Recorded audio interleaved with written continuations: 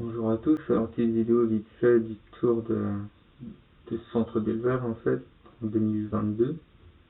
Ça j'en ai marre en fait d'avoir des commentaires sur les chats du quartier qui disparaissent. Moi j'y peux rien quoi, les miens ils mangent pas de chat, ils ont jamais mangé de chat, parce que déjà ils font pas la taille pour, puis déjà, déjà je suis pas con, hein.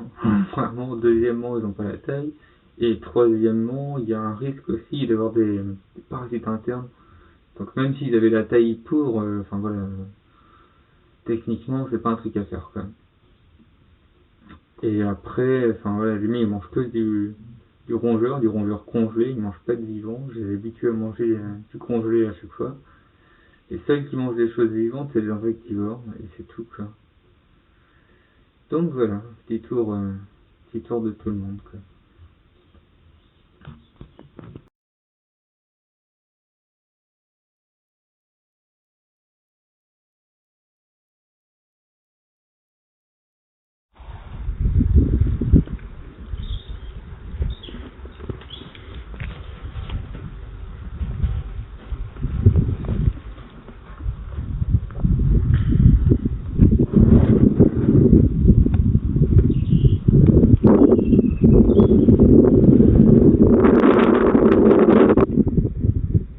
Cette présentation du Varon Timor qui lui est à 32, c'est les sols tropicales ici.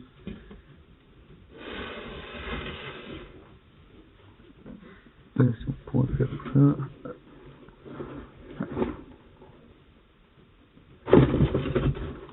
Hop là.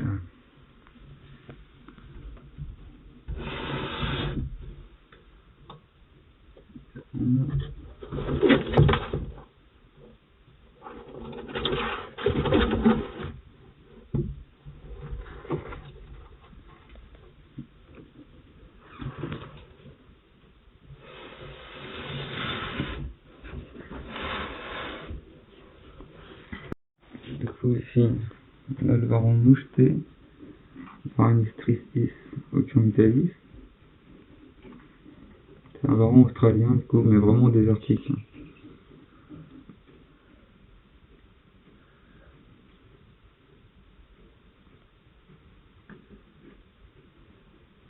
Et l'autre qui va.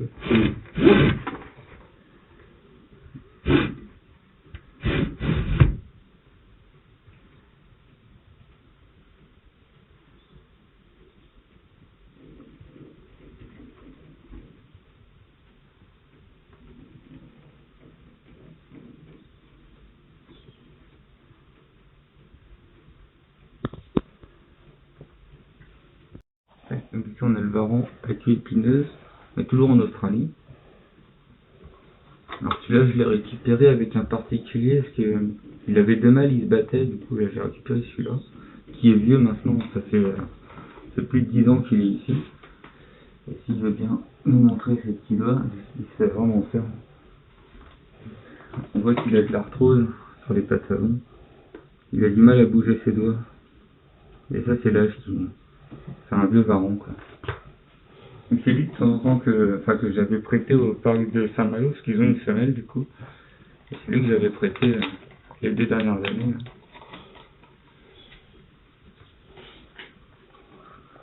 D'accord.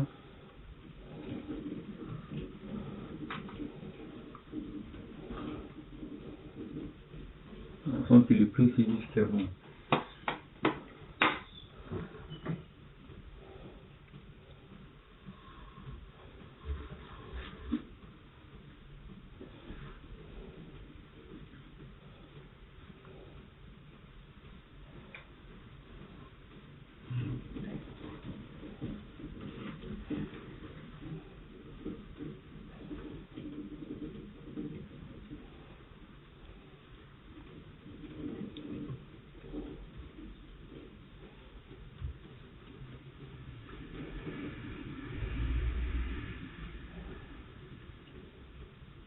Les autres Varons, je les ai récupérés avec un particulier en fait qui a eu une naissance et il s'attendait pas en fait à avoir des jumeaux. Il me disait qu'il avait plus le temps en fait, comme il venait d'acheter une maison aussi, c'est pour ça que je les ai récupérés quoi. Donc, c'est parce que les gens ils disent que je suis un collectionneur machin, enfin, ici c'est plus un refuge quoi. Il y a plus des animaux abandonnés et qui ont une seconde vie ici qu'autre chose, quoi.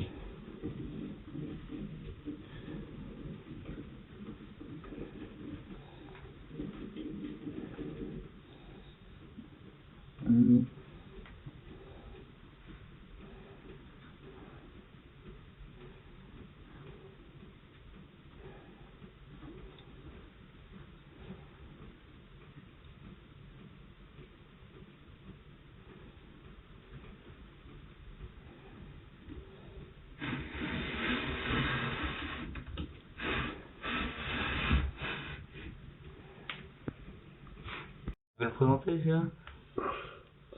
Non. Ça, c'est un Pogona, c'est un agame barbu d'Australie. Donc ça vit aussi dans la partie désertique de l'Australie. Et c'est un lézard qui est principalement insectivore quand il est jeune, et quand il devient adulte, il devient principalement végétarien. Même si là, il a des épluchures de courgettes, là. Il a vu la bouffe, il a vu la viande. C'est comme un gosse. Dès qu'il y a de la viande, ça t'intéresse pas, ça?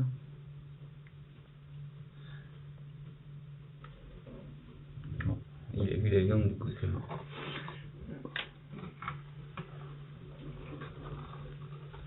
On peut faire en fond, je vois bien.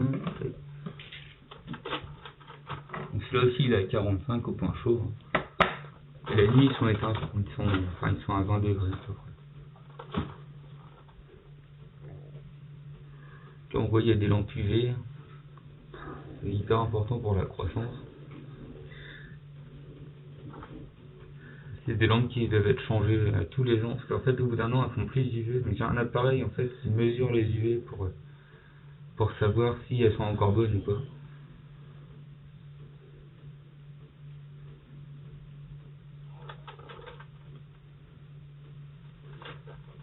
Il est pas long, mais faut bien que... L'autre au-dessus, il est hyper vieux, hyper lent, mais pas lui.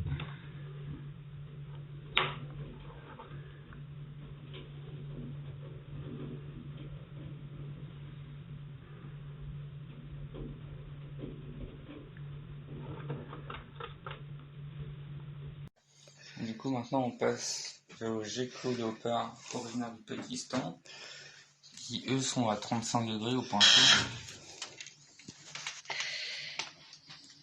Ça va la lumière? Ouais.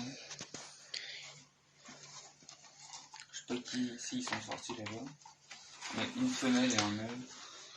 Je sais même pas si je vais pouvoir faire ça. Petit mâle qui est là, avec sa queue de repousse. Ça, c'est pas la queue normale.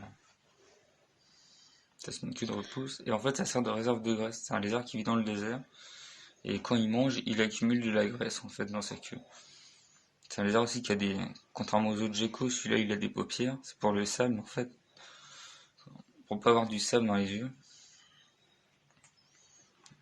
C'est vraiment adapté à la vie désertique. Donc ceux-là aussi ils sont insectivores, comme ceux de tout à l'heure.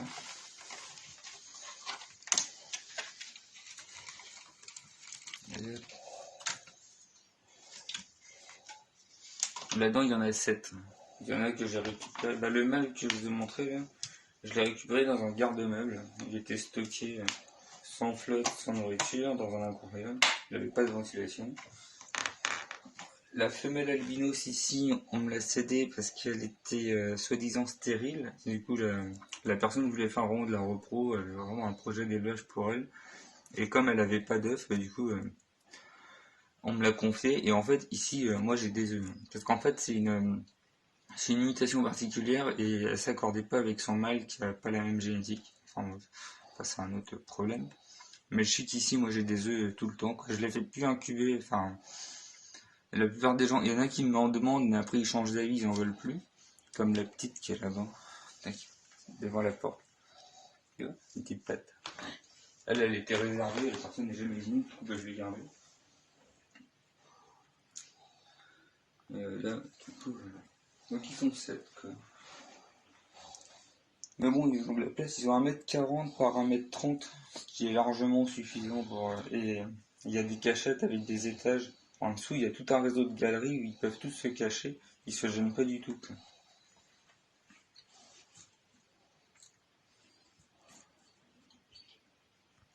Donc là, on quitte la première salle.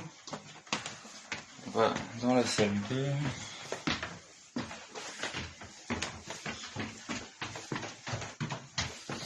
Là, normalement, ça, c'était censé être un sas de sécurité pour passer mon autorisation pour d'autres espèces. Donc ça, c'est un autre projet.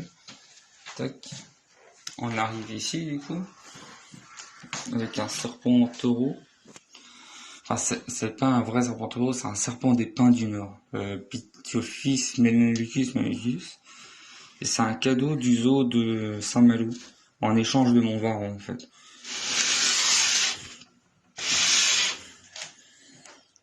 C'est une grande couleuvre qui fera à peu près 2 mètres comme ça, j'ai vu. Bon, là, on est loin, j'ai même pas réussi de le faire 1 mètre. Je vais reprendre pour la zone. Hop. Avec une main, c'est pas facile. Une goutte.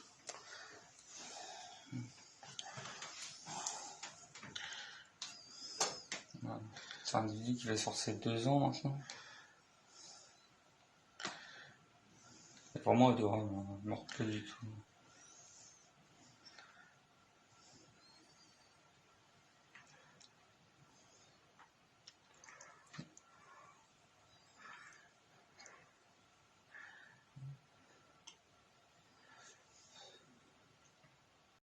Du coup, là, on est dans la pièce numéro 2. On est passé dans la pièce 3 qui sort de quarantaine pour l'instant.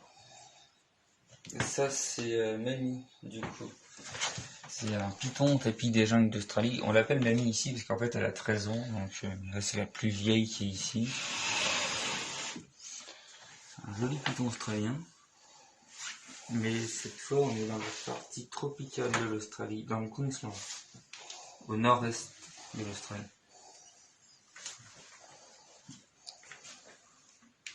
Évidemment, voilà, les avions qui ont plus l'habitude d'être pris. Ils sont pas du tout agressifs ou machin. De toute façon, c'est que de la peur, généralement. Enfin, même pas généralement, c'est toujours de la peur. Et ici, comme ils sont habitués à être pris, voilà. À côté, là, il y a les boîtes où je les nourris, dans lesquelles je les nourris. J'ai l'habitude de les nourrir dedans, pour qu'ils comprennent la différence. Après, c'est pas... Certains ne font pas, et enfin, il n'y a pas de bonne ou de mauvaise méthode. Chacun a sa méthode. Je sais que moi, ça marche ici. Donc, je le fais comme ça. Ici, on a la fille de celle que je viens de vous présenter, la fille Annie, qui est née chez ma mère, du coup, que j'ai cédé à quelqu'un, et au bout de 7 ans, la personne me l'a ramenée, en fait, parce qu'elle en voulait plus. Du coup, elle est revenue ici, donc c'est la même espèce, ça vient d'Australie, enfin, c'est tout pareil. Elle est vraiment cool aussi. Par contre, elle est plus jaune, du coup, que sa mère, parce qu'elle est plus jeune. Si on compare les deux, celle-ci est quand même plus terne. Ça, c'est l'âge qui fait ça. Comme elle a 13 ans, c'est normal. Et celle-ci, elle en a que 7. Donc, au-dessus, on a Priscilla, qui est un boa empereur. Ah, elle est pas toujours cool, par contre. Et c'est pareil, c'est quelqu'un qui me l'a donné, en fait. Mais elle est vraiment, vraiment bizarre. Ça, je la manipulerai pas, je la montrerai juste comme ça. Ah, voilà. Et donc ça, c'est Amérique centrale. Et plus précisément au Costa Rica, c'est une forme naine. Je vous montrerai plus tard d'autres boas, notamment un autre boa imperator, l'ours qui est beaucoup plus grand que ça. Celle-là doit faire 1m50 à tout casser. Vraiment toute petite, quoi. Ici, alors, on revient en Australie avec un python tapis côtier. Alors celui-là, c'est un particulier qui m'a contacté parce qu'il en voulait plus. Et elle était pas dans de très bonnes conditions, elle avait froid. Donc elle grandit pas, elle a pas grandi comme elle aurait dû. Celle que je vous ai montrée tout à l'heure, ton tapis des jungles, c'est la forme naine. Et ça, c'est beaucoup plus grand normalement. Je sais pas si... Tac. On va t'en rapprocher de la lumière.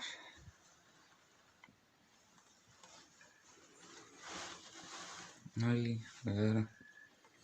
Donc c'est plus dans les tons crème caramel que le tapis des jungles qui est très jaune.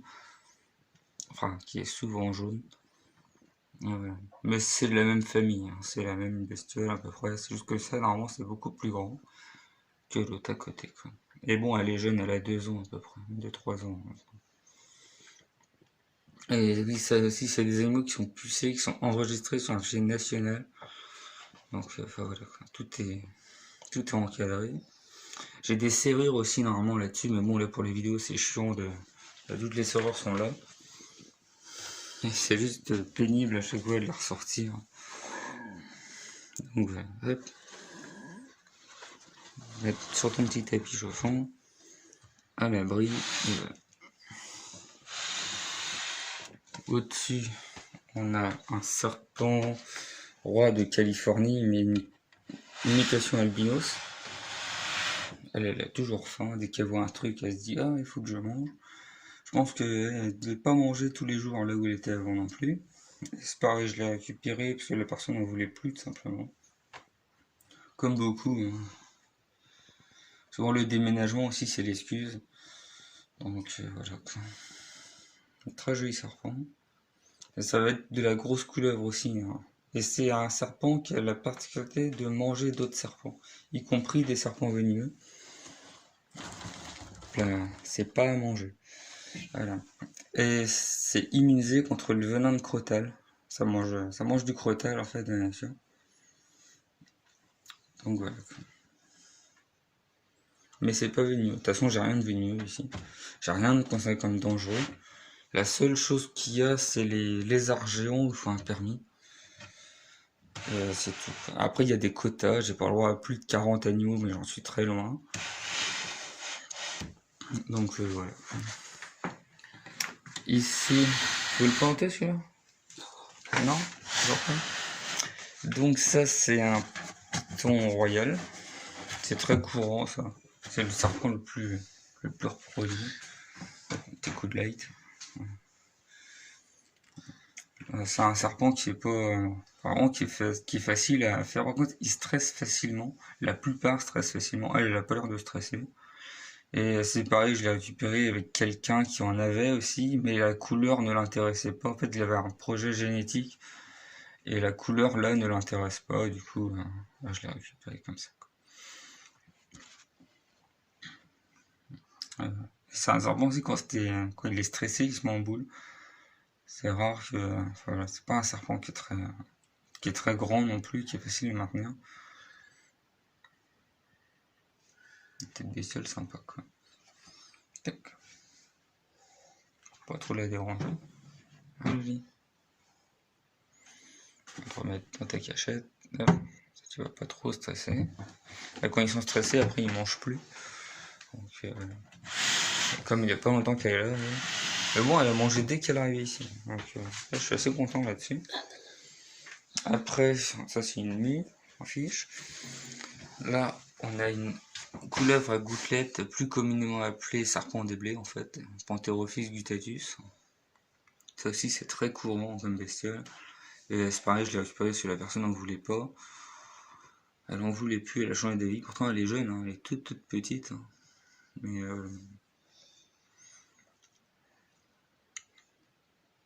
donc ça vit en Amérique du Nord. C'est vrai que python royal, je ne l'ai pas dit, mais ça vit en Afrique, c'est un python africain.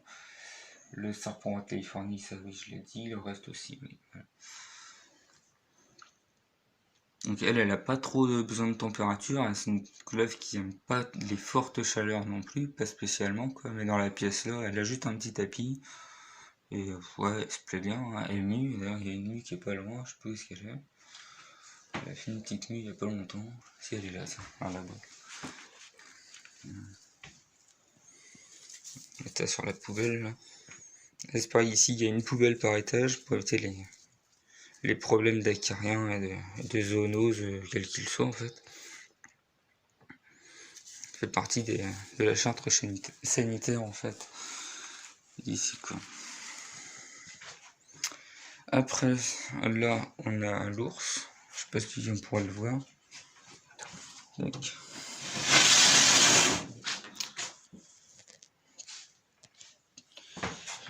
C'est sa petite tête qui est là. Lui, par contre, il est vraiment énorme. C'est un boa impérator comme Priscilla qu'on a vu tout à l'heure.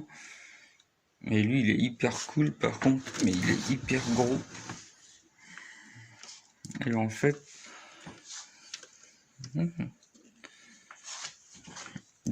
lui, je l'ai récupéré parce que la personne en avait peur, en fait, tout simplement. Il était trop gros. On est sur du 2 mètres et des poussières. C'est vraiment un gros serpent. Enfin, gros. Putain, la tige est encore plus gros ici, mais ça commence à faire partie des grosses bestioles, quoi.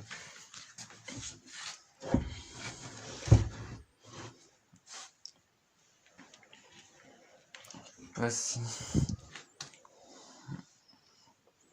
Non, on pourra pas le sortir. Enfin, voilà. Du coup, la personne en avait très peur et du coup, elle changeait moins les gamelles d'eau, elle le nourrissait moins, forcément, il avait des crocs.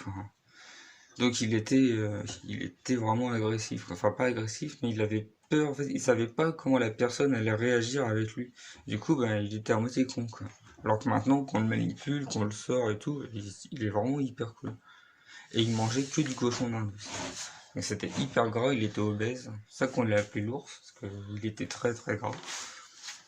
Mais il est vraiment très gentil par contre. Il est vraiment adorable. D'ailleurs c'est pour ça que c'est lui qui avait sur la vidéo pour la nouvelle année. Parce qu'il est vraiment cool. Et en dessous, du coup, on a la grosse. Ça c'est du boa constrictor. Je pense pas qu'elle soit là. Non, elle est pas là. Elle a fait comme l'autre.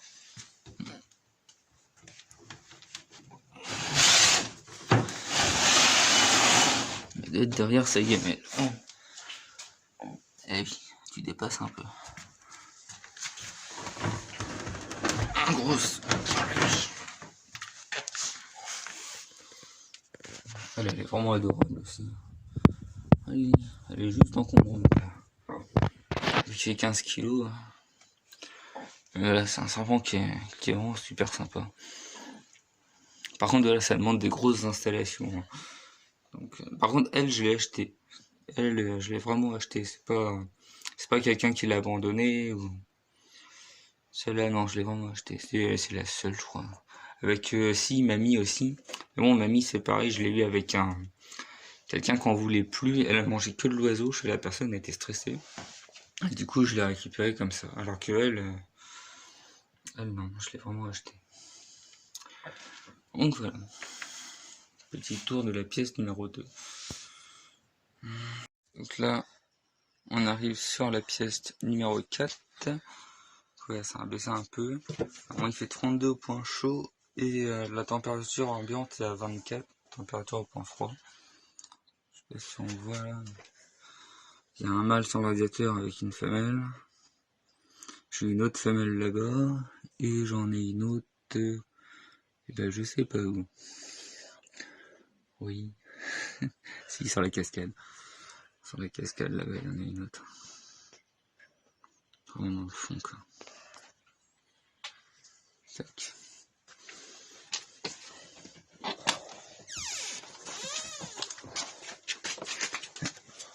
Tac. Du coup, les basiliques viennent du Costa Rica. On a des pulvérisations automatiques dans cette pièce. Lampe privée, lampe pour les plantes. Enfin voilà quoi. Un petit danseur, tac. Fermeture, hop. Donc ça, c'est des basiliques qui sont nés chez un ami dans les Côtes d'Armor, du coup. Et qui me les a confiés parce que j'avais assez de place pour eux en fait. Du coup, au départ, je devais lui en acheter, et puis en fait, quand il a vu mon installation, il me fait bah, tu sais quoi, je te les donne. Donc, super sympa à Brice, quoi. Je te regarde, c'est toujours sympa, c'est toujours bien. J'ai des grenouilles australiennes avec, qui sont de ce côté. Alors, ça, c'est une personne qui est décédée, du coup. L'animalerie pouvait pas les reprendre, parce qu'il n'y avait pas de justificatif de provenance, machin. Du coup, moi, je me suis arrangé avec le propriétaire qui me fait un certificat de cession. Et je les ai confiés à une autre personne. Et en fait, qui a la bonne idée de les mettre dans sa chambre. Ça chantait. Enfin, du coup, il me les a ramenés ici. Puis, bon, elles font leur vie. Maintenant, elles chantent aussi, mais ça nous gêne pas. Parce que c'est mal à cœur. Et puis voilà, quoi.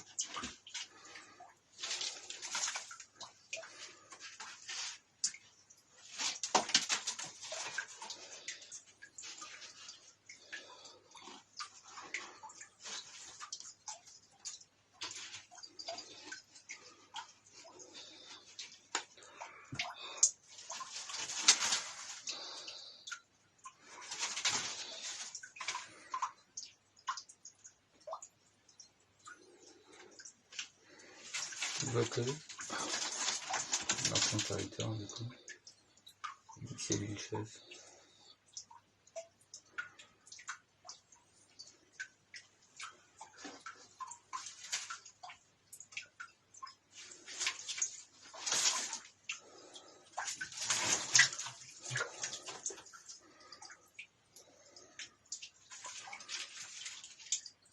Je suis surpris aussi, il touche pas les poissons qu'il y a dans le jacuzzi.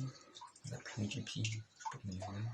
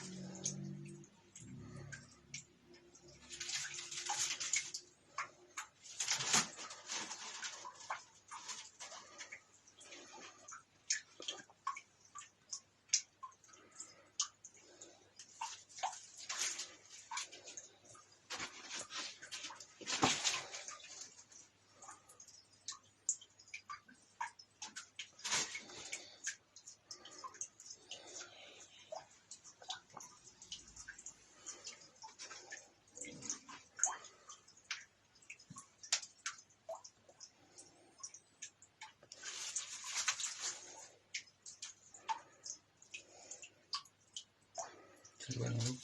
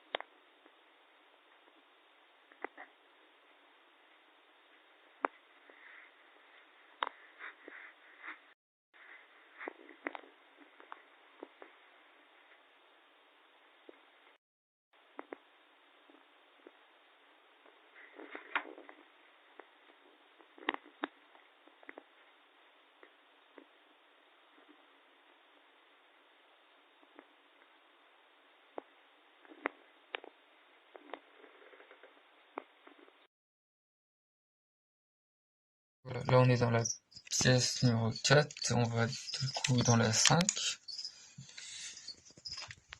Là ils sont en hibernation. Les lézards géants. Les lézards géants d'Argentine. Salvatore Merignanae. On a une petite femelle qui est en train de muer. Elle n'a pas compris qu'il fallait dormir. Ils sont à 14 degrés. J'ai la tête d'un mâle qui est là. Et là, on en a un qui est sorti ici.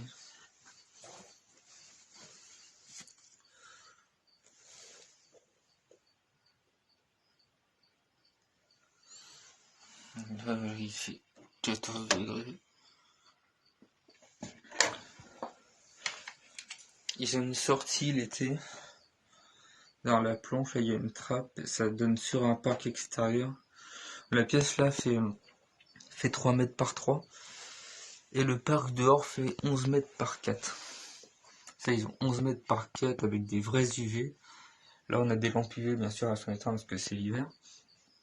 On a des UV artificiels. Mais même en remplaçant les lampes, souvent, ça remplacera jamais la lumière naturelle.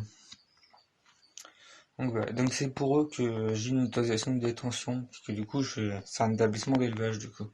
À cause de cela, quoi. Et c'est pareil, ils sont pucés, enregistrés sur l'IFAP, enfin voilà, quoi.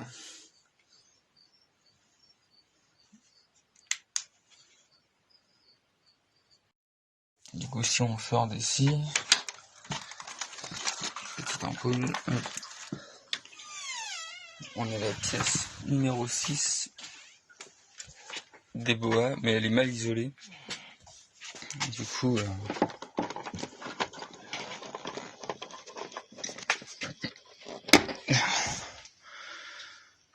tac.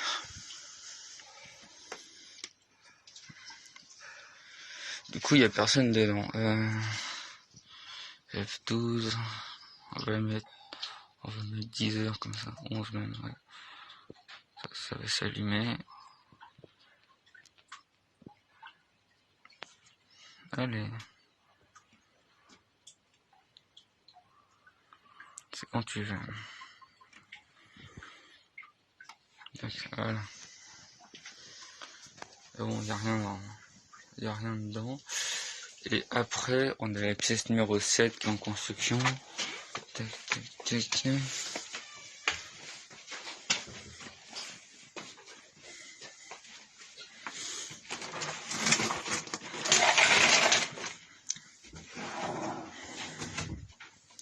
Donc les basiliques vont aller là après.